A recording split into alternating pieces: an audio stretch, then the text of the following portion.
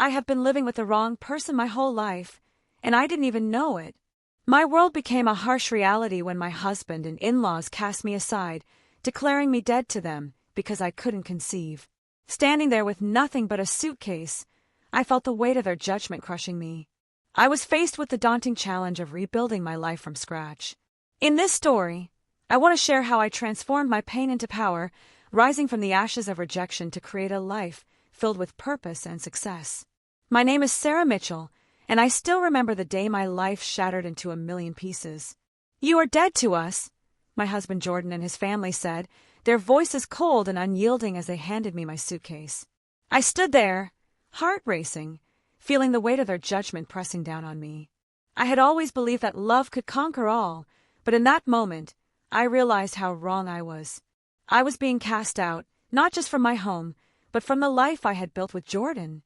The suitcase felt heavy in my hand, a stark reminder of everything I was leaving behind. As I walked away from the only home I had known, I could hear Charlotte, my mother-in-law, muttering about how a woman without a child was like a tree without fruit. Her words echoed in my mind, a cruel mantra that seemed to define my worth. I had always wanted to be a mother, to nurture and raise a family, but after years of trying and failing, I felt like a failure. The silence of the car ride to the motel was deafening, filled only with the hum of the engine and my own thoughts spiraling into despair. I had no plan, no direction, just a suitcase filled with memories and a heart heavy with grief. The motel was a far cry from the elegant home I had shared with Jordan. The room smelled of stale cigarettes and broken dreams, and as I sat on the scratchy bedspread, I couldn't help but wonder how my life had come to this. I had been a devoted wife, a hopeful mother, and now I was just a woman with a suitcase, lost and alone. I thought about the life I had left behind, the dinner parties, the laughter, the dreams of a family. All of it felt like a distant memory, slipping through my fingers like sand. But deep down, beneath the layers of sorrow and shame, something began to stir within me. I refused to let this be the end of my story. I had been thrown away like garbage, dismissed as worthless, but I was determined to rise from the ashes. I would not be defined by my inability to conceive or by the judgments of others. I would find a way to rebuild my life, to reclaim my identity, and to prove to myself that I was more than just a barren woman. As I stared at the suitcase, I felt a flicker of hope ignite within me. This was not the end. It was merely the beginning of my journey towards self-discovery and empowerment. Days turned into weeks, and I found myself spiraling deeper into a pit of uncertainty. I couldn't shake the feeling that I was running out of time. I had to know what was wrong, so I scheduled an appointment with Dr. Rodriguez, the fertility specialist who had been recommended to us. The day of the appointment arrived, and I felt a mix of dread and hope as I gripped Jordan's hand tightly in the waiting room. My knuckles turned white, a physical manifestation of my anxiety. "Sarah, are you ready?" Jordan asked, his voice strained. I nodded, though my heart raced. The sterile smell of the office and the soft hum of the fluorescent lights only heightened my nerves. When we were finally called in, I took a deep breath and followed him into the doctor's office, where the test results lay between us like a death sentence. Dr. Rodriguez entered, his expression serious yet compassionate. "I'm sorry," he began gently. "The tests show significant fertility challenges. Conception will be extremely difficult, though not impossible." The words hung in the air, heavy and suffocating. I felt the ground shift beneath me, and I could see Jordan's jaw clench as he stared at the wall behind the doctor's head, his silence speaking volumes. I wanted to scream, to cry, to lash out at the universe for this cruel twist of fate. Instead, I sat there, numb, as the doctor explained our options. I could feel the judgment creeping back in, the echoes of Charlotte's words ringing in my ears. A woman without a child is incomplete. I fought back tears, knowing that this moment would change everything. As we left the office, the silence between Jordan and me was palpable. The drive home felt like a funeral procession, the hum of his BMW engine a constant reminder of the life we had envisioned together. I glanced at him, searching for a flicker of hope, but all I saw was a man lost in his own thoughts, grappling with the weight of our reality. When we pulled into the circular driveway of his family's estate, I could see Charlotte and Amanda through the kitchen window, their heads bent together in conversation. They looked up expectantly as we walked through the door, and I braced myself for the inevitable questions. "What did the doctor say?" Charlotte's voice was sharp, cutting through the tension like a knife. Jordan loosened his tie and poured himself a scotch before answering. "It's going to be more complicated than we thought." I opened my mouth to explain, but he spoke first, reducing my struggles to mere issues. I felt the judgment settle around me like a heavy blanket, and in that moment, I knew I was fighting a battle on two fronts, one against my body, and the other against the expectations of those I once called family. As the weeks turned into months, I found myself trapped in a cycle of disappointment. Each month brought with it the same cruel ritual, the anticipation, the hope, and ultimately, the crushing reality of negative pregnancy tests. I hid those tests in the bottom of the bathroom trash can, a secret shame I couldn't bear to share with anyone. The pain of each failure felt like a dagger to my heart, and I could feel the walls closing in around me. Charlotte's comments became increasingly pointed, each one a reminder of my perceived inadequacy. "Did you hear about Eleanor's daughter-in-law? She just had twins," she would say over breakfast, her voice dripping with condescension. "Such a blessing. Eleanor feels so fulfilled as a grandmother." I pushed my eggs around my plate, my appetite gone, while Amanda nodded enthusiastically, her eyes sparkling with the promise of motherhood. I felt like an outsider in my own home, a ghost haunting the very place I once felt welcomed. Jordan, too, began to withdraw. He stopped coming to doctor appointments, always too busy with work or conference calls. "I have a meeting," he'd say, his voice distant, as if he were already mentally checked out of our marriage. I started going to appointments alone, sitting in waiting rooms filled with pregnant women, feeling like an imposter among the truly fertile. Dr. Rodriguez remained kind but realistic, each treatment more invasive and expensive than the last. I could see the toll it was taking on Jordan, the way his shoulders slumped under the weight of our reality. One evening, as I sat across from him at the kitchen table, I mustered the courage to suggest adoption. "Maybe we should consider it," I said quietly, hoping to spark a conversation. But Jordan didn't look up from the papers he was reviewing. "My mother wants biological grandchildren," he replied flatly. "You know how she feels about bloodlines." Bloodlines. The term felt like a slap in the face, reducing our dreams to mere genetics. The final straw came on a Tuesday in March. I had been feeling nauseous for 3 days, allowing myself the dangerous luxury of hope. I bought a pregnancy test on my way home from work, locking myself in the bathroom, hands shaking as I waited for the results. Negative. I sat on the cold tile floor, finally letting the tears flow, ugly sobs that shook my entire body. When I finally composed myself and came downstairs, I found Jordan in his study, papers spread across his desk. That's when I saw them, divorce papers. My heart sank as I picked them up, my fingers trembling. "How long have you been planning this?" I asked, my voice barely above a whisper. Jordan looked up, his expression almost relieved. "Sarah, we both know this isn't working." In that moment, I felt the ground beneath me crumble. I was losing everything, and I had no idea how to fight back. "Sarah, we both know this isn't working," Jordan repeated, his voice devoid of the warmth I once cherished. I stared at him, searching for any sign of the man I had married, the man who had promised to stand by me through thick and thin. But all I saw was a stranger, someone who had already made up his mind about my worth. "We want different things," he continued, his eyes avoiding mine. "I want a family that's actually possible." His words cut deeper than any knife. I felt the tears welling up again, but I refused to let them fall. I had cried enough. "You think I don't want a family?" I shot back, my voice rising. "You think I haven't tried? I've been fighting for us, for our dreams." But my words fell flat, echoing in the silence of the room. Jordan's gaze remained fixed on the papers, and I realized then that I was fighting a battle he had already surrendered. The prenup was attached to the divorce papers, highlighted in yellow marker. Every clause that protected the Harrison family wealth, every line that left me with nothing if our marriage failed, felt like a noose tightening around my neck.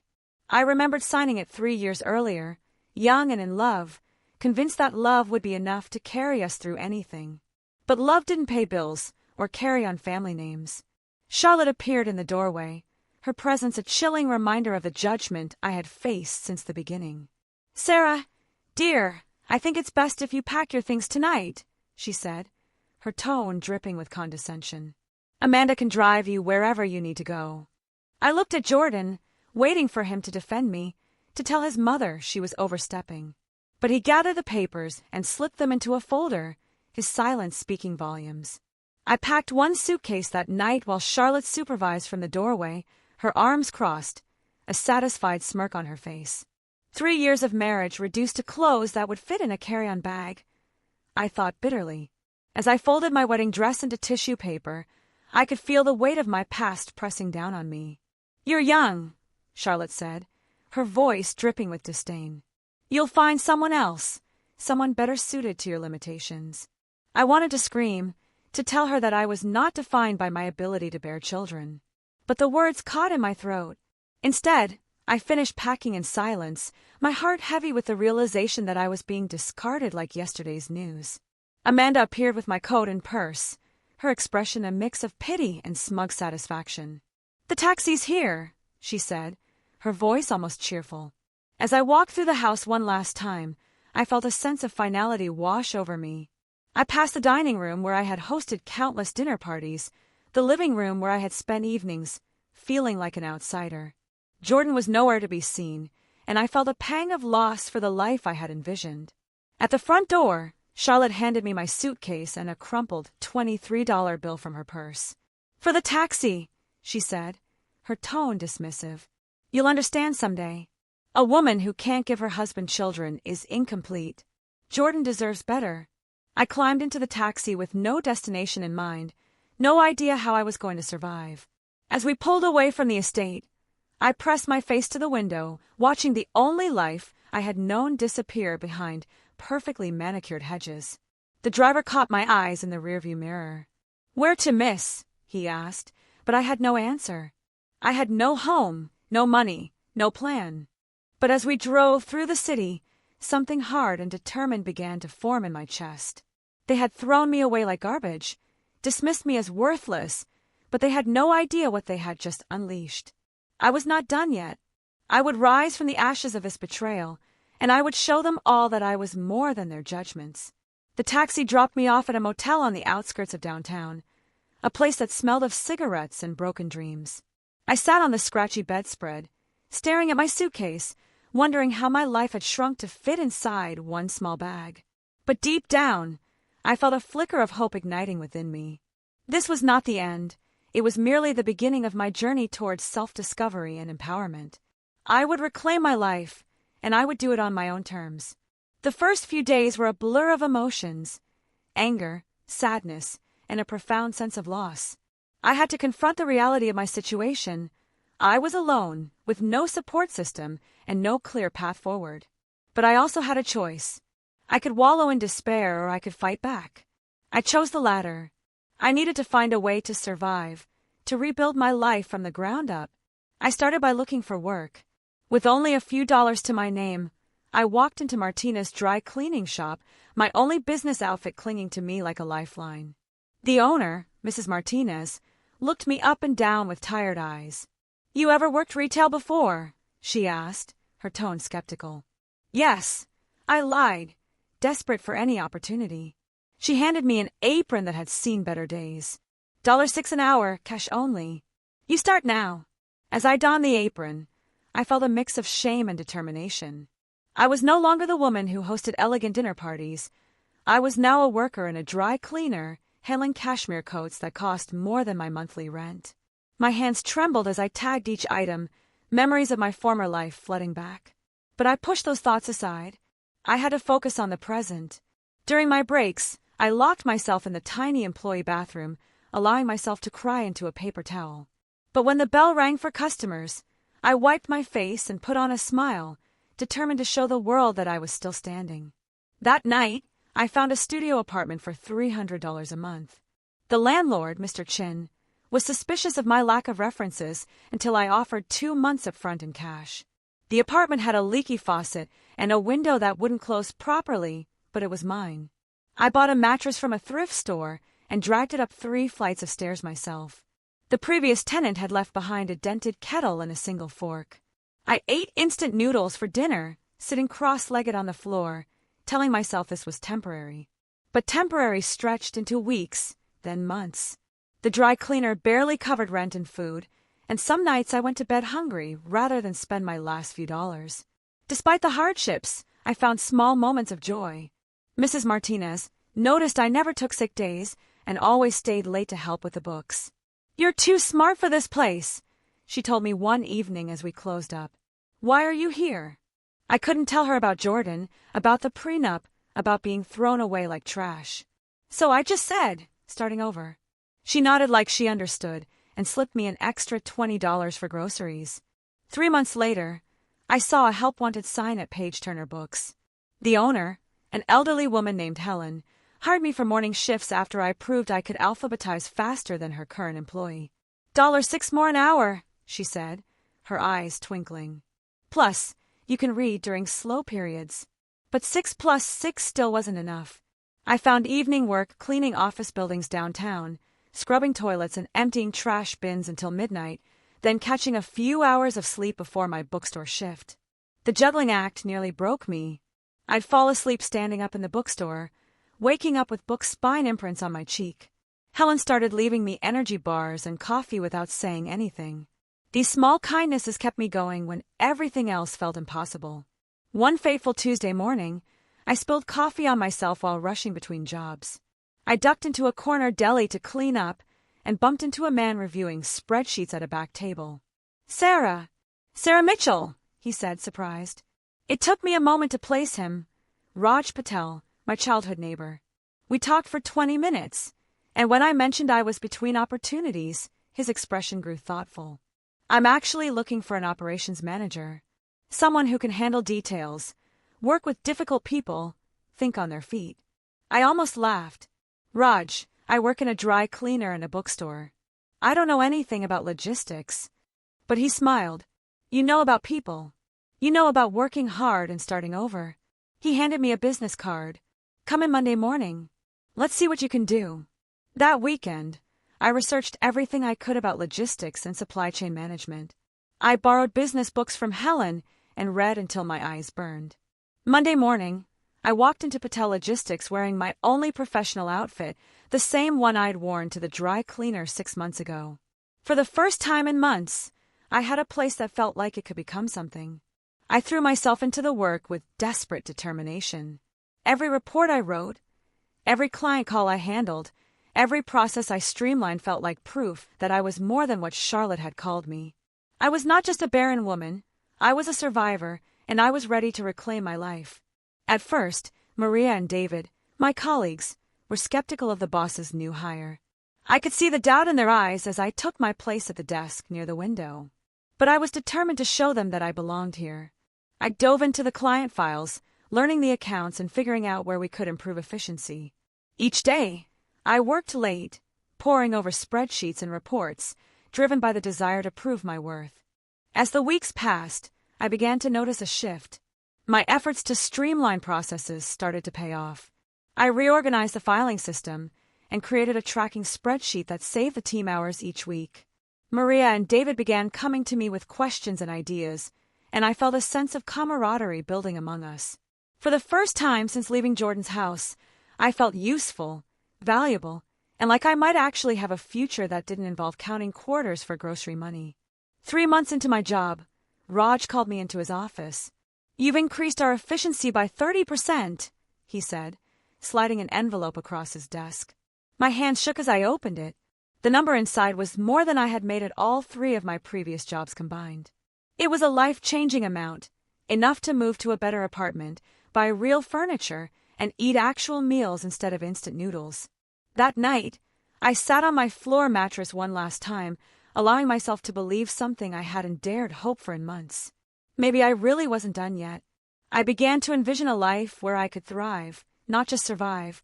I moved into a 1-bedroom apartment with actual furniture, and for the first time, I felt like I was building a home. As I settled into my new life, I also began to explore new opportunities. I had been so focused on surviving paycheck to paycheck that I had never considered making my money work for me. One day, during lunch, Maria mentioned her side investment in cryptocurrency. "Made $300 last month just sitting on my phone," she said casually, scrolling through charts. Something clicked in my mind. I realized I needed to learn more about financial management. That evening, I signed up for an online finance course and spent my first Saturday in months doing something other than laundry and grocery shopping. The instructor, Dr. Angela Chin, spoke about compound interest like it was magic. "Your money should have babies," she said during one video lecture. "And those babies should have babies." I started small, investing $50 from each paycheck into index funds, and I felt a sense of empowerment that I hadn't experienced in years. As I continued to grow in my role at Patel Logistics, I noticed patterns in our shipping data. Certain routes consistently ran over budget while others came in under. I spent 2 weeks building a predictive model and presented it to Raj on a Tuesday morning. "This could save us $40,000 a year," he said, staring at my spreadsheets. "Sarah, this is brilliant." That afternoon, he handed me an envelope with a $5,000 bonus. I stared at the check for a full minute before carefully folding it into my wallet. Instead of spending it on furniture or a vacation, I researched emerging technology companies. There was a startup called Green Tech Solutions developing solar panel efficiency software. The risk made my stomach churn, but something about their business model felt right. I bought shares on a Wednesday morning, hands shaking as I clicked confirm purchase. 3 months later, Green Tech announced a partnership with a major energy company. My investment doubled overnight. I reinvested everything, this time spreading it across 5 different startups. One failed completely, 2 broke even, but the other 2 soared. By my first anniversary at Patel Logistics, my portfolio was worth $23,000. "You look different," Maria observed one morning. "More confident or something." She was right. I had stopped checking my bank account with dread and started checking my investment app with anticipation. Numbers that used to terrify me now excited me. I was learning their language, understanding their patterns, and I felt like I was finally taking control of my life. As I continued to excel at work and in my investments, I realized that I was not just rebuilding my career, I was also rebuilding my identity. I was no longer the woman who had been cast aside. I was becoming someone new, someone strong, capable, and ready to embrace whatever life had in store for me. One evening, as I was reviewing quarterly reports, I received an unexpected email that made my heart race. It was from Amanda Harrison, inviting me to a women's leadership gala at the Harrison estate. My breath caught in my throat. The same estate where I had been thrown out with nothing but a suitcase. I felt a mix of emotions, curiosity, anger, and a strange sense of empowerment. I discussed the invitation with Christian, the kind-hearted social worker I had met at Cafe Luna. He had become a significant part of my life, supporting me through my journey of self-discovery. "You don't have to go," he said gently, sensing my hesitation. "But maybe I want to," I replied, feeling a surge of determination. The night of the gala arrived, and as I stepped out of the limousine with Christian and our son, Thomas, I felt a wave of confidence wash over me. I was no longer the woman they had discarded. I was a successful businesswoman, a loving mother, and a woman who had reclaimed her worth.